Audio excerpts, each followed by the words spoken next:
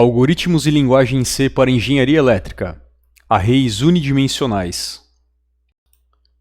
Um array unidimensional é uma estratégia de armazenamento que possibilita alocar variáveis de mesmo tipo de maneira sequencial e contínua na memória. Neste momento, só trabalharemos com arrays unidimensionais, portanto, array será sinônimo de array unidimensional. A vantagem do uso de arrays é que o acesso a cada uma das variáveis é feito através do nome do array seguido de um índice. Existem duas maneiras para declarar uma variável do tipo array. A primeira é informando o tipo das variáveis do array e a quantidade de elementos. A segunda é informando o tipo das variáveis do array e fornecendo uma lista de inicializadores que serão atribuídos a cada uma das variáveis do array. Arrays unidimensionais, acessos. O acesso às variáveis é feito através do operador colchetes. Fique atento, a primeira posição do array é 0. A última posição do array é o número de elementos menos 1. E agora um ponto muito importante. Infelizmente, a linguagem C não controla o acesso às variáveis do array em termos de assegurar que o programador está acessando uma posição além da última, ou seja, é tudo por conta do programador. Aqui um exemplo de utilização de arrays para armazenar inteiros. É informado o tipo inteiro e o número de inteiros que o array nomeado como primos irá armazenar. Na primeira posição está o primeiro número primo, o número 2. Repare que o índice é um literal. O índice poderia ser uma variável, ou seja, é permitido realizar cálculo com os valores dos índices. Também é permitido realizar cálculos com os valores de cada posição do array. Em termos de operações, essas variáveis são iguais às variáveis normais. Nas posições 1, 2 e 3 do array estão os próximos números primos após o número 2. Na linha 12, as variáveis são acessadas através de seus índices para fazerem impressão com a função printf. Este outro exemplo demonstra como funciona a declaração e inicialização de um array através de uma lista de inicializadores. Agora o compilador irá determinar o número de elementos do array automaticamente. Fique atento a alguns detalhes quando os arrays são declarados por listas de inicializadores. O número de elementos do array pode ser omitido. O compilador contará o número de elementos.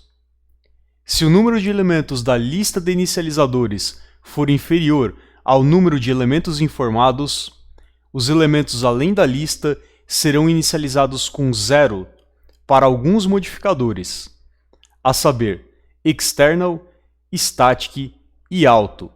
Esses serão temas de outros vídeos. Se o número de elementos da lista for maior, será informado um erro durante o processo de compilação. Arrays de caracteres. Arrays de caracteres permitem um tipo a mais de inicialização. É possível omitir o número de elementos e utilizar aspas duplas para informar a lista de inicializadores. Será inserido um caractere /0 após o valor informado. Chamamos o caractere de /0 de terminador nulo.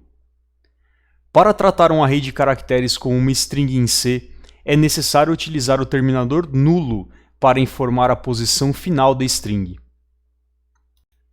Um erro muito comum é querer tratar um array de caracteres como string e esquecer o terminador nulo. Este erro não será detectado em tempo de compilação e resultará em erro durante a execução do programa. Neste exemplo, vemos 3 maneiras de declarar arrays de caracteres. A primeira é através de lista, a segunda através de aspas duplas. A última foi feita na linha 7, depois do operador vírgula. Algumas expressões podem ser acumuladas em uma mesma linha. Essa nem sempre é uma boa prática de programação.